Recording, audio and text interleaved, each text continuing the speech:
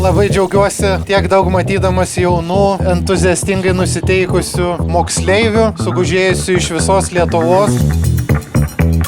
Džiugu, kad šalia mūsų kultūros propaguojamas ir lietuviškasis etnosportas. Tokį tautišką dalyką dar nesu bandęs. Aš tik paprastus 7 kažkaip, bet čia daug smagiau, daug sunkiau yra, įdomesni paėmimai.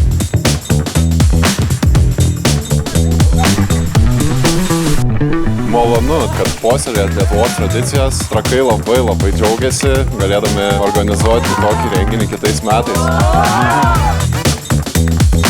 Malonu, kad yra tiek žaidimų visokių. Išėjom dabar tarp 4 stipriausių ir bandysim kovoti dėl medalių.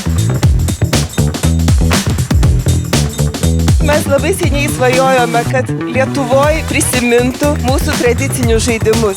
Labai džiaugiuosi, kad etnosporto komitetas taip šauniai pradėjo veikti. Baigėsi lazdos traukinė, buvo visai lengva, laimėjau 1 vietą, buvo lengviau negu praeitais metais, bus ir kitais metais bus taip pačiai.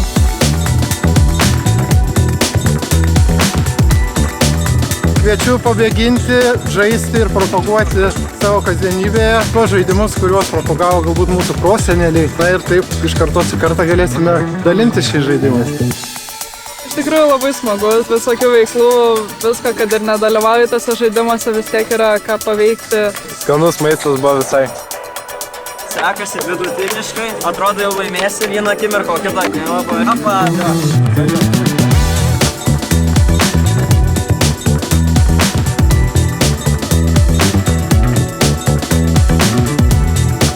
Tai pagaliau vyko 4 etno žaidynės Naisiuose. Mums pasisekė ir oras buvo palankus. Susirinko dalyvių iš įvairių miestų, Klaipėdos, Utenos, Lazdijų, Kauno, Vilniaus ir įvairių rajonų. Laukiam visų kitais metais Trakuose 5 etno žaidynėse.